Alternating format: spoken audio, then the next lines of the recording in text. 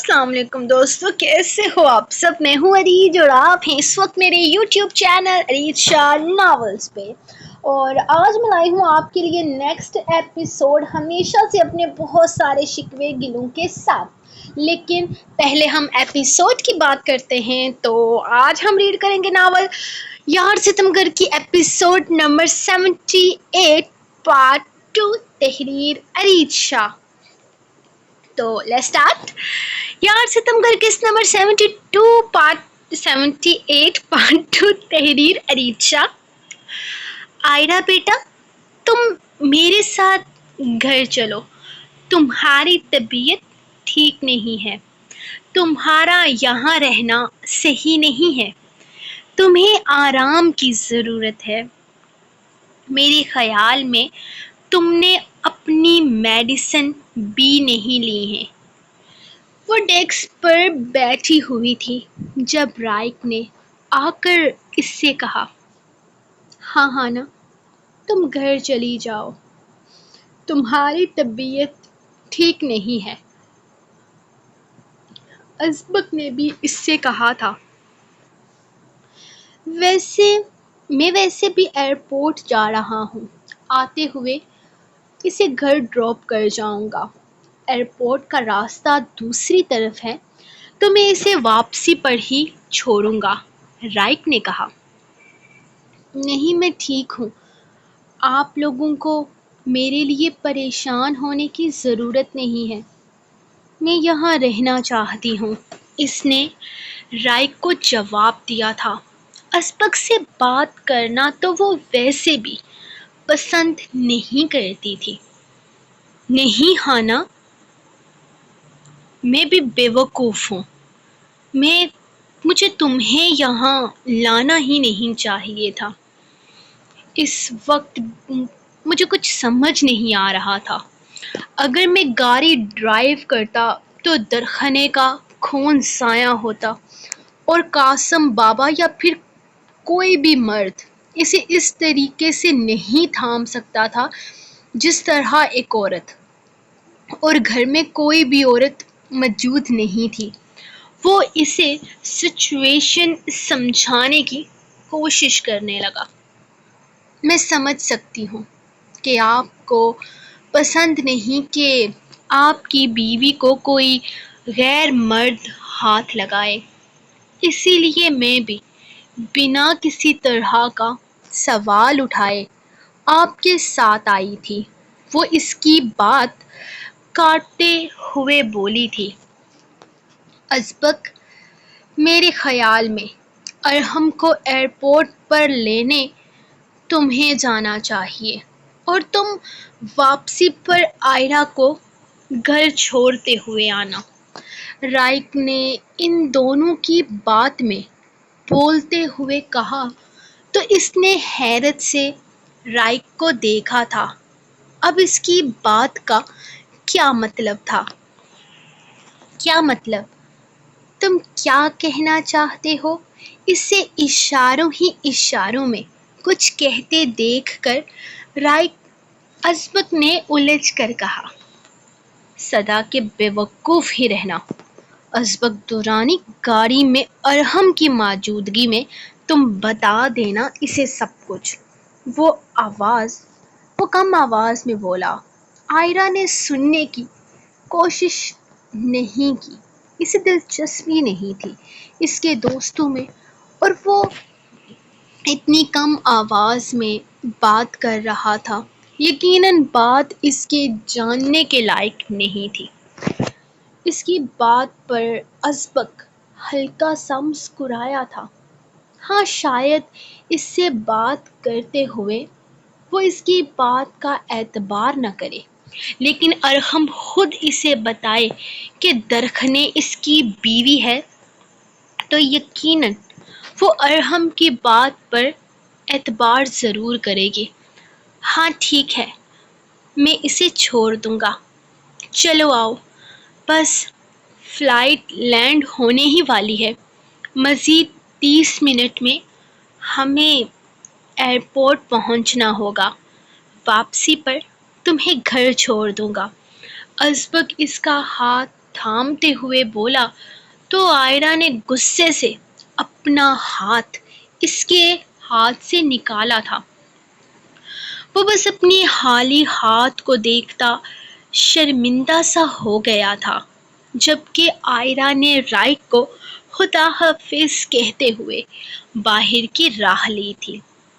اب کچھ گڑبڑ مت کرنا میرے بھائی، اسے سب کچھ بتا دے، یہ صحیح وقت ہے، وقت برباد کرنے کی ضرورت نہیں ہے، وہاں کوئی نہیں ہوگا، تم لوگوں پر نظر رکھتے ہوئے تم آرام سکون سے بات کر سکتے ہو، اس سے کھل کر اسے بتا سکتے ہو گھر پر تو چلو۔ گھر کے نوکروں کو لے کر ہمیں یہ شک تھا کہ کوئی ہے جو ان لوگوں کو ہماری خبریں دے رہا ہے، لیکن راستے میں تو کوئی نہیں ہوگا، تم پرسکون ہو کر اس سے بات کر سکتے ہو، اسے سچائی بتا سکتے ہو۔ اب خدا کے لیے دیر مت کرنا، میں ارحم کی سیکیورٹی کا انتظام کرواتا ہوں، وہ اسے بھیجتے ہوئے بولا۔ تو ازبک فوراً ہی ہسپتال سے باہر نکلا تھا۔ ہانا، تم جانتی ہو ارحم کون ہے؟ ارحم درخنے کا؟ میں نہیں جاننا چاہتی، میں نہیں جانتی اور نہ ہی میں جاننا چاہتی ہوں، بس اس وقت درخنے کے بارے میں کوئی بات نہیں کرنا چاہتی۔ آپ پلیز جلدی گاڑی ڈرائیو کریں، میں جلد سے جلد گھر جانا چاہتی ہوں۔ وہ غصے سے اس کی بات کاٹتے ہوئے بولی تھی۔ ایک بار میری بات سن تو لو، تمہیں ایک دفعہ تو مجھے صفائی کا موقع دینا چاہیے نا، میں نے ہر فیصلہ تم پر چھوڑا ہے، لیکن پھر بھی میں اتنا حق تو رکھتا ہوں نا کہ ایک دفعہ تمہیں مجھے نہیں سننی آپ کی باتیں، میرے لیے وہی باتیں کافی ہیں جو آپ اس محفل میں مجھے سنا چکے ہیں، اس کے علاوہ نہ تو میں کچھ اور سننے کی خواہش مند ہوں اور نہ ہی اس ٹاپک پر آپ سے کوئی بات کرنا چاہتی ہوں، پلیز مجھے اور اذیت مت دیں، اور تکلیف برداشت نہیں ہوتی مجھ سے، درخنے آپ کے لیے اہم ہے، جانتی ہوں میں، آپ کا بچہ آپ کے لیے اہم ہے، سب پتہ ہے مجھے، لیکن مجھے اور تکلیف مت دیں، نہیں سہا جاتا مجھ سے یہ درد، خدا کے لیے بخش دیں، میں نے بہت غلط کیا آپ کے ساتھ، بہت بڑا فراڈ کیا آپ کے ساتھ، دھوکہ دیا، آپ پر الزام لگایا، آپ کو محبت کے جال میں پھنسایا، میں بہت بڑی گناہ گار ہوں، مجھے میرے گناہوں کی سزا مل چکی ہے، اب بس کر دیں، مزید سزا میں نہیں سہ سکتی۔ وہ اس کے سامنے ہاتھ جوڑتے ہوئے اچانک ہی پھوٹ پھوٹ کر رونے لگی تو ازبک سے مزید ایک لفظ نہ بولا گیا تھا۔ وہ بنا کچھ بھی کہے گاڑی تیز کر چکا تھا، جلد سے جلد وہ ایئرپورٹ پہنچنا چاہتا تھا، وہ جانتا تھا وہ اس کی بات پر اعتبار نہیں کرے گی، اب وہ اس کے لیے اعتبار کے قابل نہیں رہا تھا۔ تم یہیں بیٹھو گاڑی میں ارحم کو لے کر آتا ہوں۔ وہ گاڑی سے باہر نکلی تو ازبک نے کہا تھا، اندر اچھا خاصا رش تھا، وہ اسے اندر لے کر نہیں جانا چاہتا تھا، جبکہ آئرہ بنا کچھ بولے پچھلی سیٹ پر ہو گئی تھی۔ یقیناً وہ اپنی اور اپنے شوہر کے بیچ میں ناچاکی کسی دوسرے تیسرے شخص کے سامنے نہیں لانا چاہتی تھی۔ وہ تھوڑی دیر پہلے جتنا رو چکی تھی وہ ہرگز اپنا آپ کسی مرد کو نہیں دکھا سکتی تھی، اور ویسے بھی وہ کسی مرد کے سامنے جاتی نہیں تھی۔ وہ ایک نظر اسے دیکھتا اندر کی طرف چلا گیا تھا۔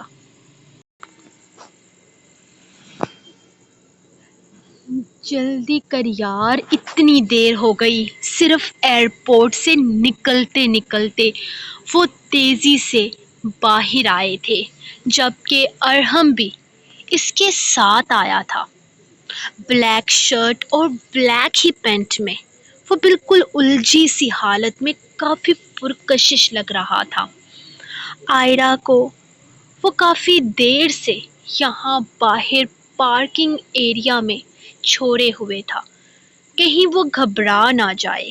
اسے کافی زیادہ ٹینشن تھی اس بات کی، اسی لیے وہ تیزی سے باہر نکلتے ہوئے اپنی گاڑی کی طرف آیا تھا، جہاں آئرہ پچھلی سیٹ پر بیٹھے بیٹھے سو گئی تھی۔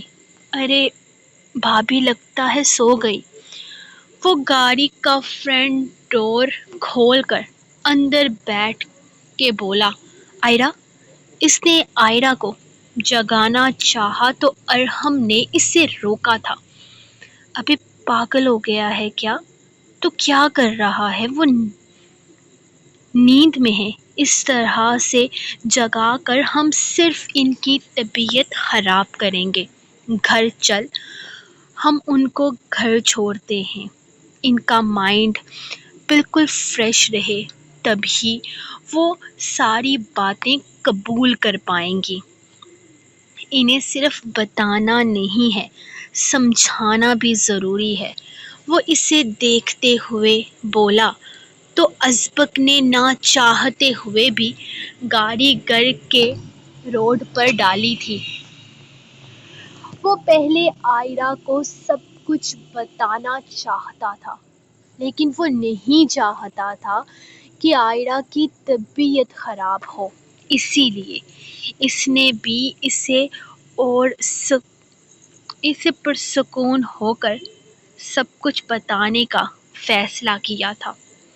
اسے گھر چھوڑتے ہوئے اس نے آہستہ سے پچھلے گاڑی کا دروازہ کھول کر اسے اپنی باہوں میں بھرتے اسے کمرے میں چھوڑا تھا۔ بس آئرہ، اب تمہیں مزید اذیت نہیں دوں گا، اب مزید کوئی تکلیف تمہیں چھو کر نہیں گزرے گی۔ اب وقت آ گیا ہے تمہیں سب کچھ پتہ چل جائے۔ میں اب تمہاری ہر اذیت، ہر تکلیف کا ازالہ کروں گا۔ وہ اس کا چہرہ چومتے ہوئے آہستہ سے اس کے بالوں میں انگلیاں چلاتا وہاں سے اٹھتا ہوا باہر نکلا تھا، کیونکہ اسے ارحم کے ساتھ ہسپتال پہنچنا تھا۔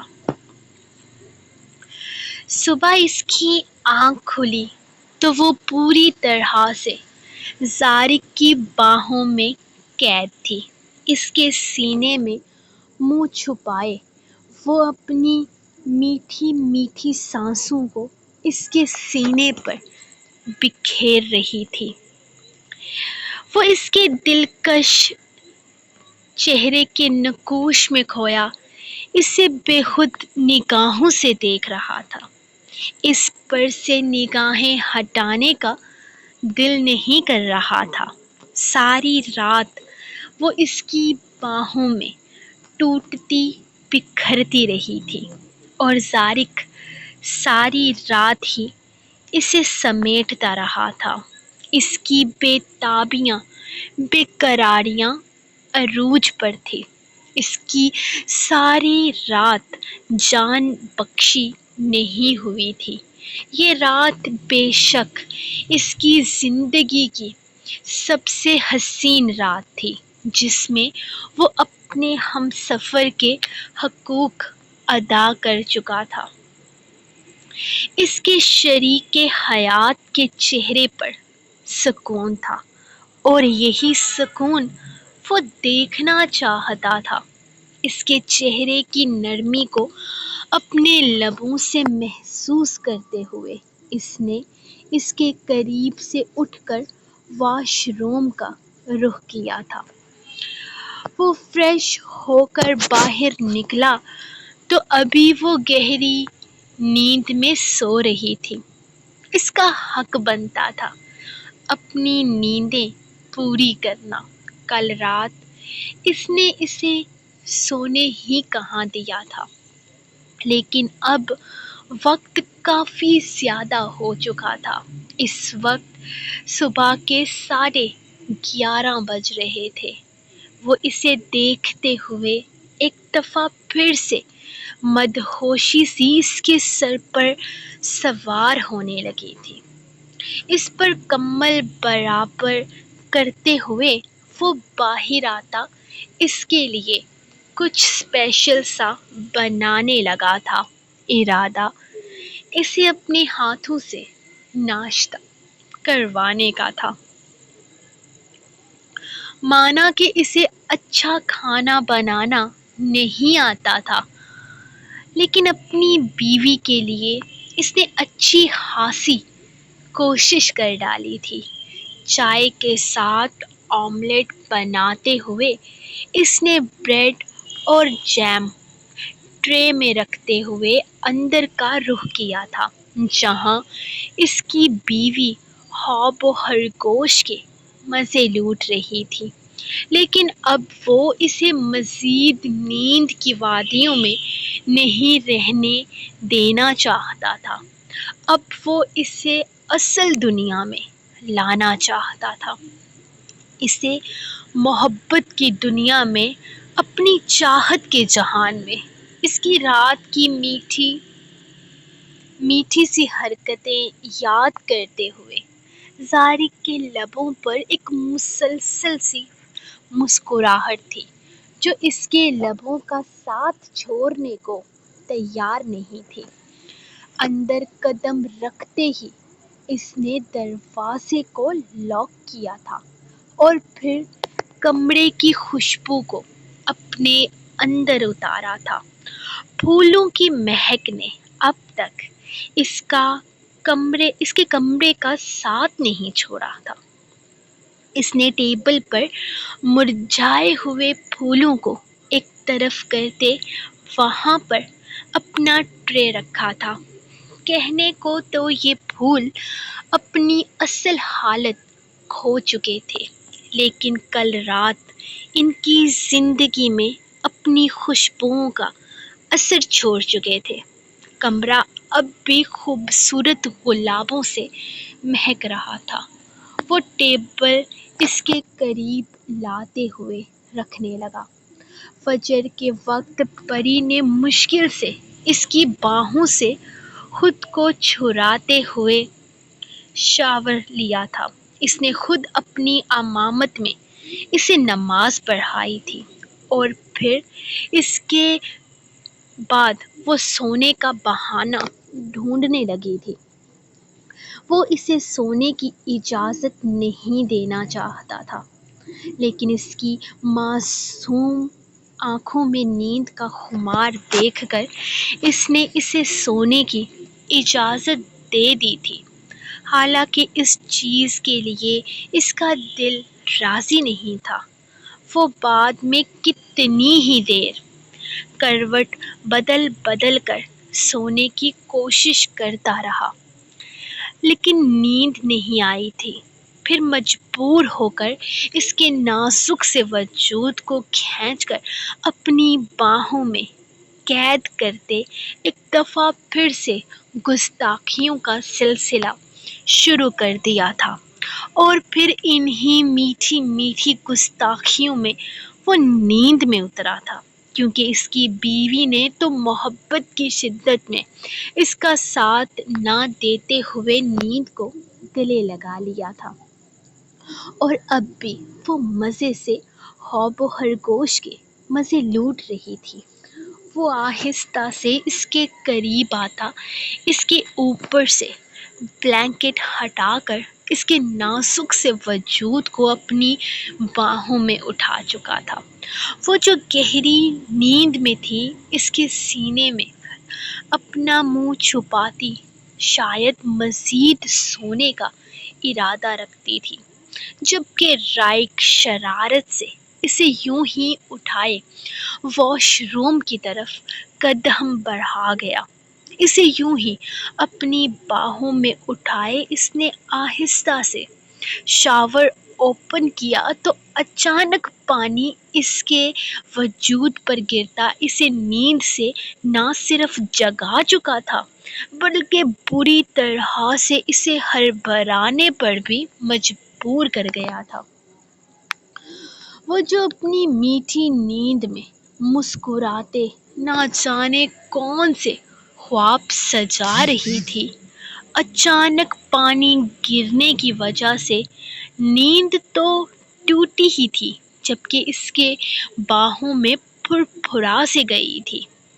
جب اس نے کہکا لگاتے ہوئے اسے یوں ہی اٹھائے اپنے سینے میں چھپا لیا، وہ اس وقت اس کی شرٹ میں موجود تھی۔ سارق! سارق! وہ ہڑبڑاہٹ میں بس اسی کا نام پکار رہی تھی، جبکہ اسے اپنے سینے میں چھپائے وہ خود بھی پوری طرح سے بھیگ چکا تھا۔ میرا نام کیا ورد کرنے لگی ہو، رات کو بھی بس سارق سارق، اب بھی بس سارق۔ سارق! مجھے نہیں پتا تھا میرا نام میری بیوی کو اتنا پسند ہے۔ صرف نام ہی پسند ہے یا یہ نام والا بھی؟ وہ اس کے لبوں سے اپنا نام سنتا، اسے اپنے قریب کرتے اس کی گردن میں اپنا منہ چھپانے لگا تھا۔ آپ بہت برے ہیں، اس کے کندھے پر ہاتھ مارتے ہوئے وہ اب بھی اس کے سینے میں یوں ہی منہ چھپائے ہوئے تھے۔ اور تم بھی بالکل بھی بولڈ اور بے باک نہیں ہو، وہ اچانک سے بولا تو اس کے کندھے سے چہرہ نکالتے وہ اسے گھورنے لگی تھی، جیسے اسے بے باک اور بولڈ نہ ہونے کا سرٹیفکیٹ چھین کر اس نے اس پر کوئی ظلم کر دیا ہو۔ میں ہوں، بہت زیادہ ہوں، وہ ضدی لہجے میں بولی۔ تم نہیں ہو، میں نہیں مانتا کہ تم ہو۔ اگر تم ہوتی تو کیا اس طرح ساری رات مجھ سے چھپنے کے بہانے ڈھونڈتی رہتی؟ کبھی میرے سینے میں چھپنا، کبھی تکیے میں منہ چھپانا، کبھی کیا تو کبھی کیا۔ یہ کیسی بولڈنس تھی میری بیوی کی؟ ایسی ہوتی ہیں بے باک بیویاں؟ کوئی ایک بھی نظارہ نہیں دکھایا مجھے اپنی بولڈنس کا۔ وہ مسکراہٹ دبائے اسے دیکھتے ہوئے بولا تھا۔ دکھایا تو تھا نا، رات کو آپ کو کس کیا تھا، یاد کریں۔ وہ اسے اپنی رات والی اتنی بڑی بے باکی یاد کروا رہی تھی جسے وہ سرے سے یاد ہی نہیں کر رہا تھا۔ وہ جو چنی منی سی کس گال پر کی تھی، وہ بے باک تھی؟ میری رات والی بے باکیاں دیکھنے کے بعد کیا تمہیں لگتا ہے کہ وہ تمہاری کس بے باک تھی؟ وہ موازنہ کر رہا تھا، شاید اپنی رات والی ساری بے باکیوں کا اس کی ننھی منھی سی بے باکی کے ساتھ۔ آپ کی رات والی حرکتیں بے باک نہیں، بے شرمیاں تھی۔ اس نے جیسے اس کی بے باکیوں کا اصل نام اسے بتایا تھا۔ جانم، یہی بے باکیاں ہوتی ہیں جنہیں بے شرمی کہو یا گستاخیاں۔ حقیقت یہی ہے کہ تم نے بالکل بھی کوئی بولڈنس ہونے کا ثبوت نہیں دیا۔ اس کا مطلب ہوا کہ شاید نہیں، یقیناً الینا تم سے زیادہ بولڈ ہوگی۔ ویسے فرض کرو اگر وہ میری بیوی ہوتی اور اس وقت یہاں پر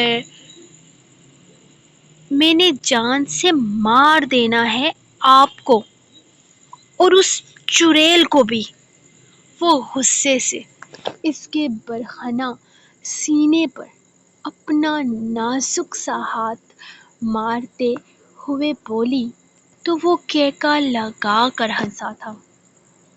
یار یقین کرو وہ بہت اچھی بے باک یا بولڈنس نہ بھی دکھاتی تو بھی ایک آدھ بھونگا سا کس کر دیتی، جیسا تم نے مجھے کیا تھا نا کراچی میں۔ لیکن تم تو وہ ابھی بول ہی رہا تھا جب اچانک ہی پری نے اس کے لبوں پر اپنے لب پوری شدت سے دبائے تھے۔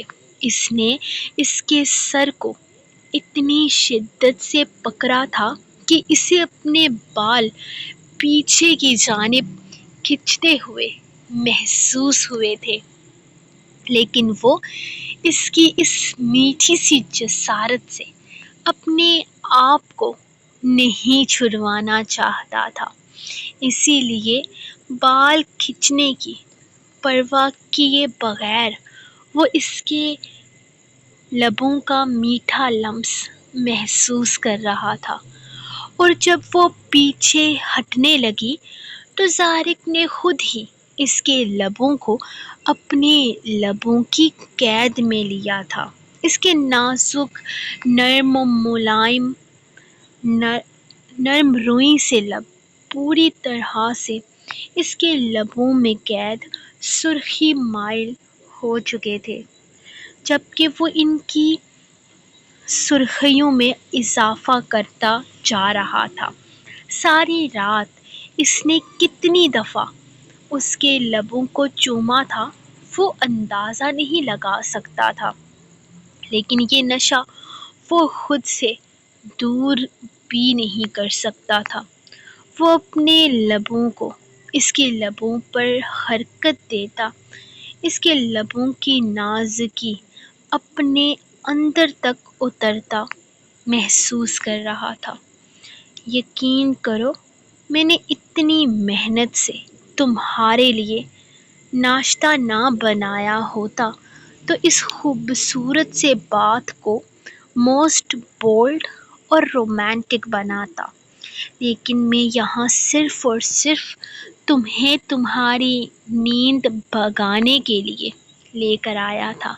وہ اس کی باہوں سے پھسلتی زمین پر اتری تھی جب وہ بے باکی سے اس کے بھیگے سراپے کو دیکھتے ہوئے بولا۔